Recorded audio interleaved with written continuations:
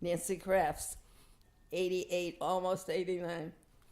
When I was working, I was the director of a nursery school in Situate that had 100 and something kids and 10 teachers, five, no, almost 10 classes. I loved it, absolutely loved it, because I love kids, and I taught one class of 5-year-olds, and they're like sponges. I loved them. One year we had 12 kids in the class that we had. They were all boys. It was the best year we ever had. Now I live in Brattleboro, Vermont. I was living in Situate. We built the house when we were first married in 1950, and it was a little brown cape, and we had the 3 kids. It was a wonderful place to grow up, but then eventually it got so that I needed a little bit more everyday help. So I came up to Brattleboro, where Kathy, my daughter, lives, and her son Griffin is a architect, and he built a 2-car garage, and over the 2-car garage is a handicapped accessible unit for me to be in, with an absolutely spectacular view of the mountains in Vermont.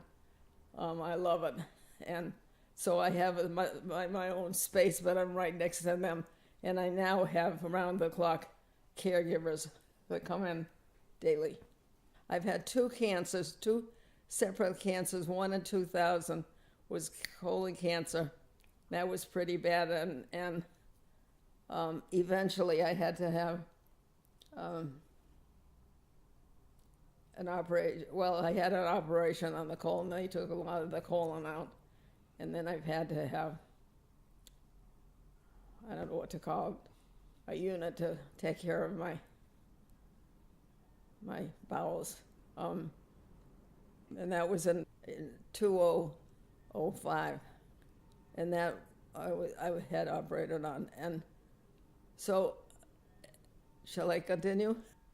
Greg has a house in Maui that he built, and it's got a small unit. It's got 3 units, 3-bedroom, 2-bedroom, and then the small, it's called an ohana, which means mother-in-law or family or something in Hawaiian. And I got that right next to the 3-bedroom, which Greg and Nancy were in. So again, I had somebody right there near me, but not. I had my own space. I did that for 10 years after Dick died in 2009. And then for 10 years, every winter, I would go to Hawaii and stay in that ohana.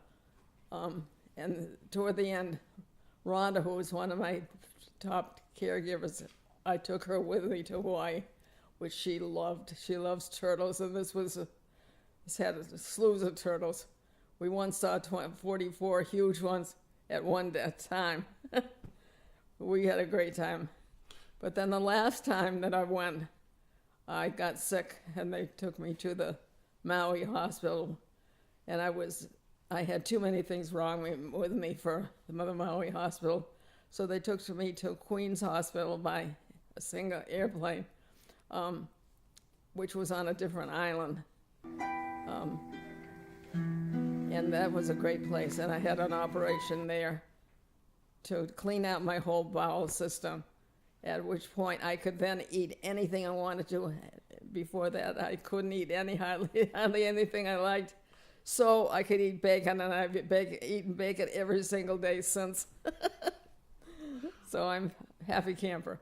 Love Loesch, love. My kids, we had a boat.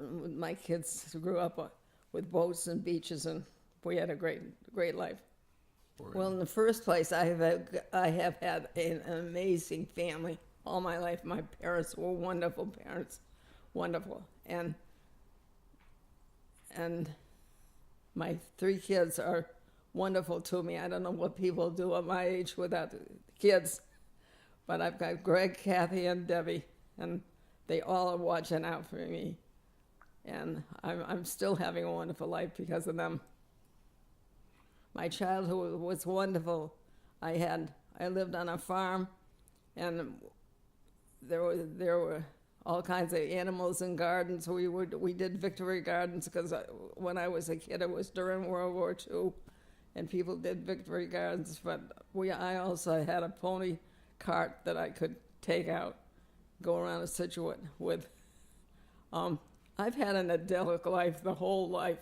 I couldn't pick the time because I loved my job, loved it, loved my husband, loved my kids. It's just been a perfect life. I don't know. I have not ever gotten into any of the drug issue. Just stay the heck away from them because I've seen it wreck people's families. For the most part, I tell them not to vote for Trump. I don't know what's going to happen there. The politics seem to be very different in this day and age than it ever was. And a lot of it's because of him. I can't imagine him being the president of the United States. I really liked all of them.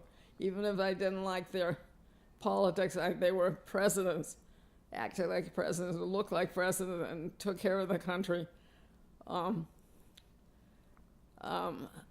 was a born Republican. Now I think I'm a Democrat, mostly because of Trump. I don't know what I tell people other than don't vote for him.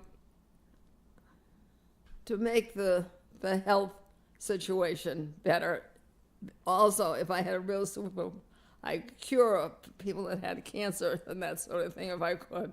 But I also would, I don't know, mostly it's the health that I'd like to do something about. At one time when my grandmother was probably my age now, she used to go back and forth from Lawrence, Kansas, where my mother grew up, and she's still living. But then she'd come to Newfane because she had a cottage in Newfane every summer.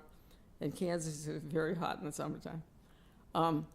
We got to the point that we thought somebody should be going with her driving. So the grandkids kind of took, and I got my chance to go when I was 18 by car. I drove her to Kansas, and we had a wonderful trip. She was a hoot. She was a great person.